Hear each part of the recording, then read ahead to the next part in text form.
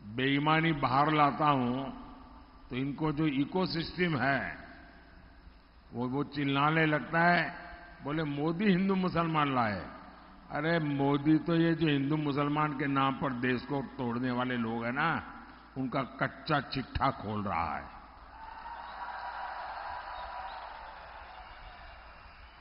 मैं इसका एक उदाहरण देना चाहता हूं, और यह उदाहरण इतिहास में दर्ज है। मैं कांग्रेस को चुनौती देता हूं, अगर हिम्मत है कांग्रेस में तो मेरी इस बात का देश को जरा जवाब दें। नहीं देंगे वो। इनकी तो हालत ऐसी है। मुझे बताइए, आपके घर में आपको कभी आपके माता पिता, अगर आपने दादा उन सबको देखा हो तो उनको याद करने के लिए क्या आपको एल्बम खोलना पड़ता है क्या? अपने माता पिता को याद करो, एल्बम खोलो तब याद आते हैं क्या? इनकी तो हालत ये है कि अपने माता पिता को याद करने के लिए एल्बम खोल के देखना पड़ता। अच्छा अच्छा, ये है, ये जिनकी स्थिति है जी।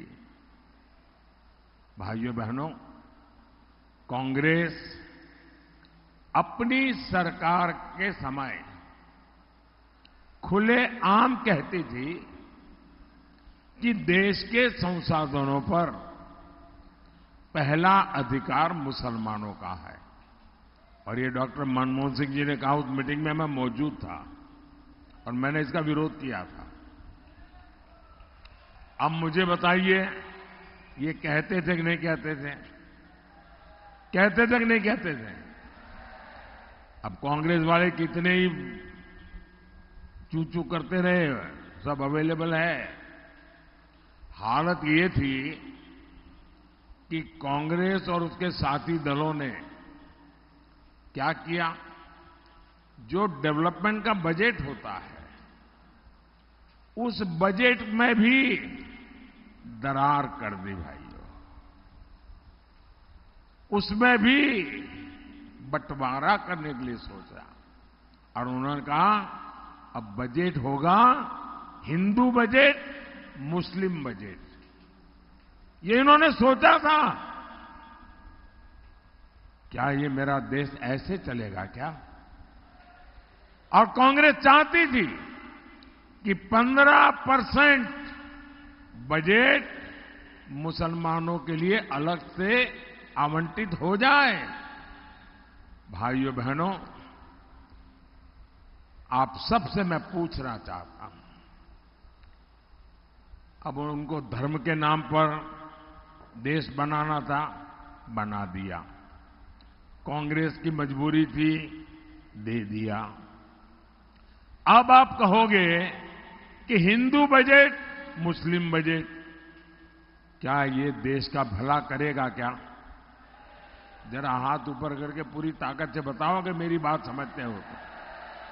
क्या इस देश का बजट हिंदू बजट, मुस्लिम बजट ऐसा हो सकता है क्या? हिंदू के लिए इतना, मुसलमान के लिए इतना हो सकता है क्या? ये पाप कांग्रेस पार्टी कर रही थी। और मुझे याद है, तब मैं गुजरात का मुख्यमंत्री था, मैंने इसका सबसे पहले विरोध किया था।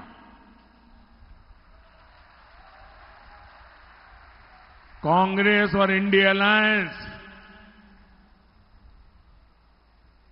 अगर सत्ता में आए तो ये ही करने वाले हैं। क्या हमें देश को एक रखना है कि नहीं है? हर हिंदुस्तानी एक है, ये जरूरी है कि नहीं है?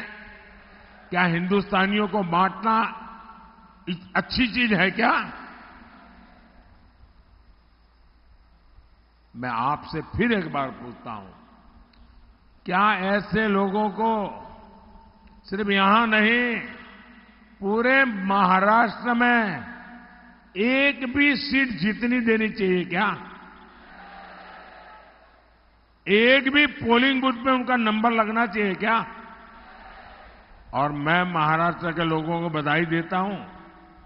पहले 4 चरण में उन्होंने ये इंडी अगाड़ी को चारों कोने चित्त कर दिया है। साथियों, आज भी इंडी अगाड़ी और कांग्रेस के शाहजादे तुष्टीकरण का वही पुराना खेल खेल रहे हैं। इन लोगों की नजर अब एससी, एसटी, ओबीसी के आरक्षण पर है और उन्होंने प्रयोग शुरू कर दिया है। कर्नाटका ये उनकी लेबोरेटरी बनाई है। कर्नाटका में उन्होंने क्या किया? सरकार में आने के बाद रातों रात कर्नाटका में जितने मुसलमान थे, रातों रात एक हुक्म निकाला कि सारे मुसलमान ओबीसी है। रातों रात सब मुसलमान को ओबीसी बना दिया और ओबीसी का आरक्षण का जो कोटा था उसकी बहुत बड़ी लूट उन्होंने उनको दे दी, टुकड़े कर दिए। और आरक्षण की यही लूट कांग्रेस पार्टी पूरे देश में करना चाहती है। आप मुझे बताइए, ये एससी, एसटी, ओबीसी का आरक्षण के टुकड़े करके वो किसको देंगे? किसको देंगे? वही खेल करेंगे कि मुसलमान वोट देता है, मुसलमान को दो। जिनसे ये वोट जिहाद करवाने की बात कर रहे हैं, आप मुझे बताइए, आपने महाराष्ट्र में इंडी अगाड़ी में एक भी व्यक्ति ने, एक भी नेता ने इसका विरोध करते किसी को सुना है क्या? चुप बैठ गए। और मोदी सब जगह पे बोलता है तो कहते हैं मोदी हिंदू मुसलमान कर रहा है। मोदी हिंदू मुसलमान नहीं कर रहा है। मोदी उनके हिंदू मुसलमान का जो खेल है देश की जनता के सामने उसको खुला कर रहा है। और मुझे बताइए, एक कर्तव्य मुझे करना चाहिए कि नहीं करना चाहिए? क्या मुझे चुप रहना चाहिए? क्या मेरी छवि के लिए मुझे देश को तोड़ने देना चाहिए क्या? मेरे लिए मेरी छवि से ज्यादा मेरे हिंदुस्तान की एकता मेरे लिए प्राथमिकता है।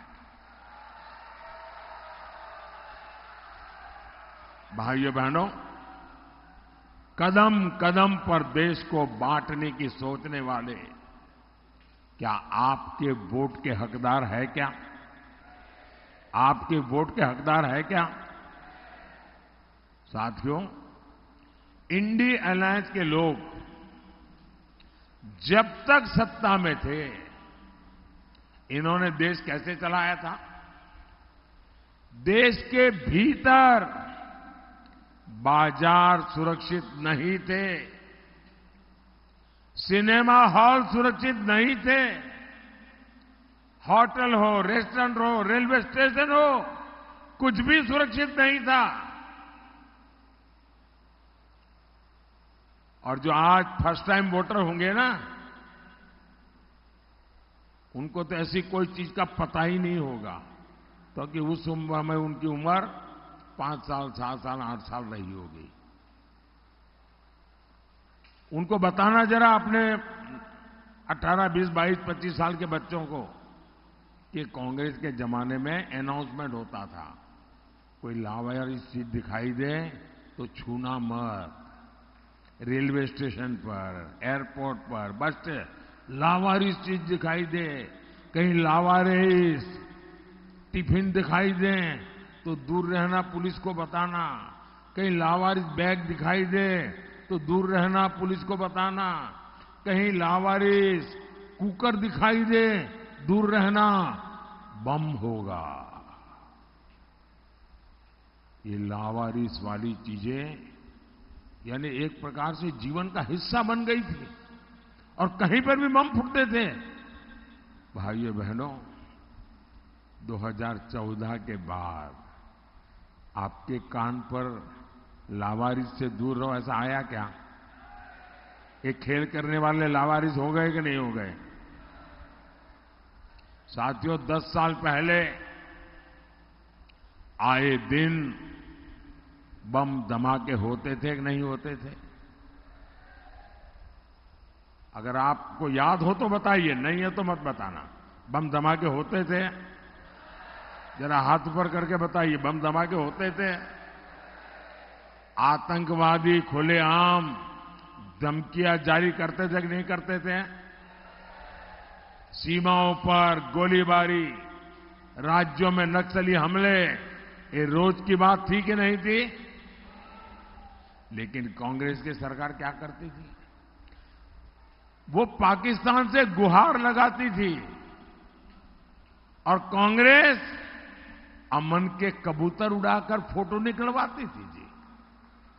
अमन के कबूतर उड़ाए जाते थे, मोमबत्तियां जलाई जाती थी, मोमबत्तियां। और क्या कहते? प्लीज प्लीज हम पर आतंकी हमला मत करो, यही बोलते रहते थे। अरे वीर भारत भूमि की साख पर कांग्रेस ने बहुत चोट पहुंचाई थी। और जब से आपने मोदी को सेवा का मौका दिया, तब से क्या हुआ? Surgical strike, air strike. अब पाकिस्तान ने एटम बम की धमकी देना बंद कर दिया है। लेकिन साथियों, आपको एक और बात नोट करनी चाहिए। भारत को धमकी देने का काम पाकिस्तान की तो नहीं हिम्मत, लेकिन कांग्रेस वाले वो फाइल लेके घूम रहे हैं। कांग्रेस वाले कह रहे हैं, कांग्रेस नेता कह रहे हैं कि पाकिस्तान का सम्मान करो, उनसे सर झुका के बात करो। क्यों? उनके पास एटम बम है, एटम बम। अरे उनके पास रखरखाव के पैसे नहीं यार।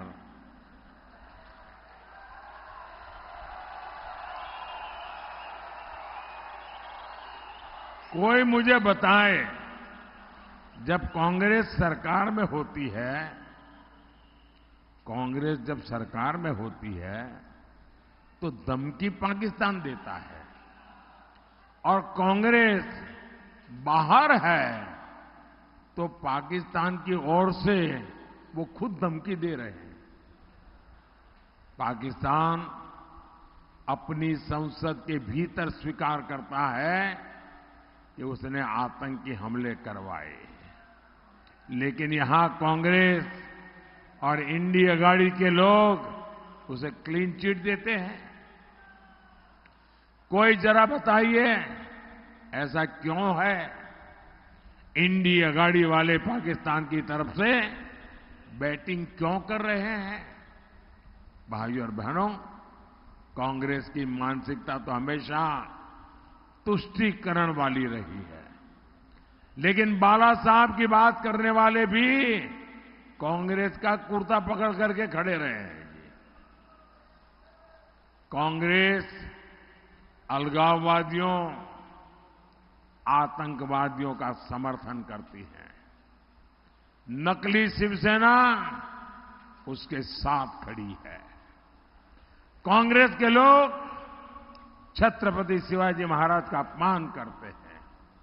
आपने देखा है ना, कांग्रेस के शाहजादे ने मंच पर कैसे छत्रपति शिवाजी महाराज का तिरस्कार किया था। पूरे महाराष्ट्र को वो तस्वीरें देख करके गुस्सा आया, लेकिन नकली शिवसेना ने मुंह पर ताला लगा दिया, आंख पर पट्टी बांध ली। कांग्रेस के शहजादे महाराष्ट्र की धरती पर वीर सावरकर का भी अपमान करते हैं, लेकिन नकली शिवसेना की हिम्मत नहीं पड़ती कि उन्हें ललकारे। और मैं चुनौती देता हूं, ये इंडिया गाड़ी वाले यहां बैठे हैं ना, वो शाहजादे के मुंह से 5 वाक्य वीर सावरकर के पक्ष में बुलवा करके दे दे। करो भाई, मेरी चुनौती उनको। ये इंडी गाड़ी के बड़े बड़े नेता ने, हाँ, उन्होंने चुनाव जीतने के लिए उसको कह दिया कि भाई तुम वीर सावरकर बोलना बंद करो। तब से उसने बोलना बंद किया। क्यों? कि चुनाव का डर था। लेकिन हिम्मत है तो वीर सावरकर की महानता के 5 वाक्य इस शाहजादे से बुलवाइए। मेरी इन नकली शिवसेना से चुनौती है, ये नकली एनसीपी से ये चुनौती है। क्या वीर सावरकर के लिए 2 अच्छे शब्द बोल नहीं सकते आप? इंडिया गाड़ी की सरकार में याकूब मेमन की कब्र संवारी जाती है और इंडिया गाड़ी में राम मंदिर के निमंत्रण को ठुकरा दिया जाता है। राम मंदिर के लिए आए दिन अपमानजनक भाषा बोली जाती है। मैं जरा महाराष्ट्र के लोगों से पूछना चाहता हूं, क्या आपको ये स्वीकार है? आपको ऐसे पाप स्वीकार है? क्या आप इंडिया गाड़ी वालों को इस बार इस चुनाव में सजा देंगे कि नहीं देंगे? ऐसी सजा दीजिए, ऐसी सजा दीजिए कि ऐसा पाप करने की हिम्मत न रहे। साथियों, और अभी शिंदे जी बता के गए कि 93 के बम ब्लास्ट के गुनहगार नकली शिवसेना के लिए प्रचार कर रहे हैं। बताओ, इससे बड़ा दुर्भाग्य क्या होगा? साथियों, 20 मई को आपको सशक्त और विकसित भारत के लिए वोट देना है। 20 मई को आपको तुष्टीकरण के खिलाफ वोट देना है। कल्याण से एनडीए प्रत्याशी भाई श्रीकांत शिंदे जी और भिवंडी से भाजपा प्रत्याशी श्री कपिल मोरेश्वर पाटिल जी, इनको दिया गया आपका हर वोट मोदी को मजबूत करेगा। और जब आप उनके लिए मतदान के लिए बटन दबाएंगे ना, वो वोट सीधा सीधा मोदी के खाते में जाएगा। कपिल पाटिल ने मेरे साथ सरकार में भी काम किया है। ये हमेशा इस क्षेत्र के विकास के लिए सजग रहते हैं। मेरा अनुरोध है, मेरे इन दोनों साथियों को भारी मतों से विजयी बनाइए। आज हम मेरा एक काम करेंगे, घर घर जाना, ज्यादा लोगों से मिलना और कहना, मोदी जी आए थे, मोदी जी ने आपको प्रणाम कहा है। बोलिए भारत माता की, भारत माता की, भारत माता की। बहुत बहुत धन्यवाद।